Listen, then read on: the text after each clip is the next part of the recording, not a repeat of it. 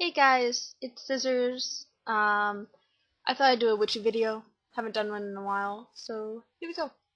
I thought I'd talk about supplies, witchy supplies, and tools because a lot of people don't have a lot, if any, money to spend on them, and that can make practicing really difficult. So I thought I'd offer a few tips because I don't spend a lot of money on my stuff, if any. So, um, tools. My wand was a stick that I found outside, and I tied some ribbon on it and put some beads on it that I found from when I was little. And that was my wand for about a year and a half. And it worked really well. I loved it. I bonded with it. It was wonderful. Never let me down.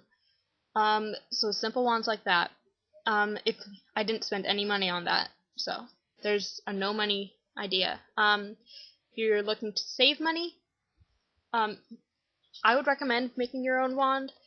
Michaels has really nice coupons, 40% off. They just give them to you when you check out.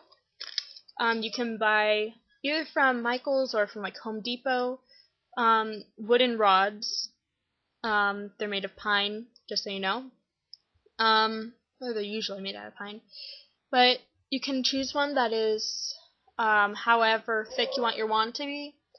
Buy it. They're not very expensive, a few bucks maybe. Cut it to length, however long or short you feel is necessary. Usually a wand is from the tip of your middle finger to your elbow. And I know that seems really long, but it's not really because part of it's the handle. Can carve it. You can decorate it with paint and ribbons and stones. So it's not really a lot of money if you want to make your own wand, or Home Depot or like Lowe's or someplace to get copper tubing, usually in the plumbing section. Excuse me, and that would work really well too. For an athame, I've heard of people using butter knives. I've heard of people using regular kitchen knives. If you're going to do that, I would cleanse it beforehand. You should cleanse all your tools, but especially if you're using something that was just used for mundane purposes before. That can work really well, I've heard. I don't use an athame right now because I don't have one, but I'm planning on making one, so maybe I'll make a video about how I'm gonna do that, or when I do make it.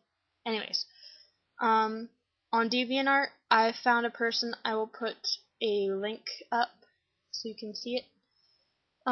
Someone made their athame out of tinfoil and then covered that with Sculpey clay, which is an oven-baked clay.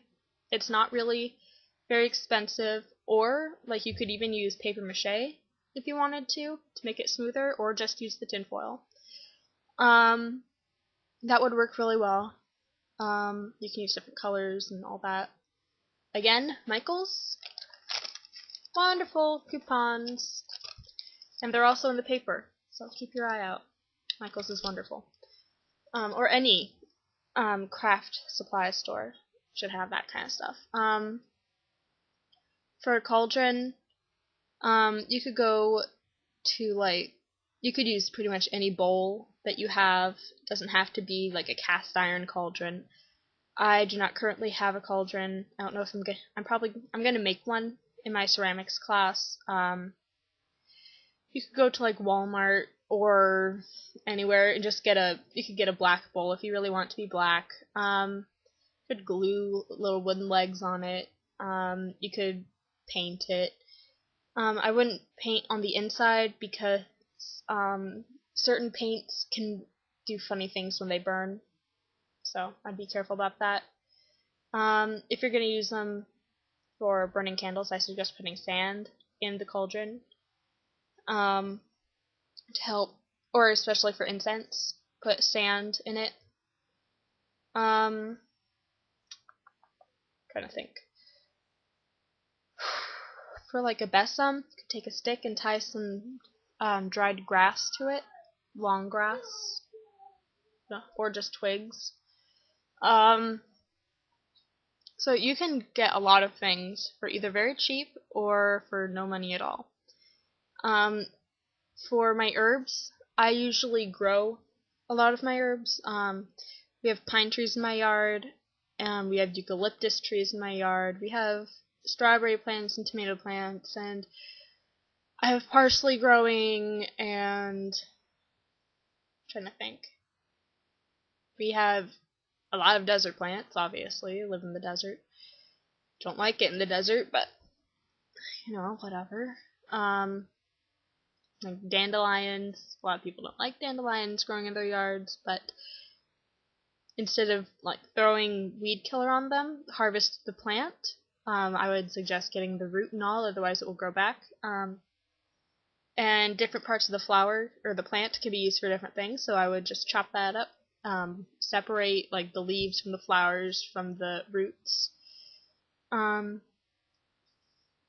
yeah, pretty much any plant, especially plants that you find at the gardening section in Walmart or Target or Home Depot. A lot of those plants can be used for magical purposes. Almost any plant can, really.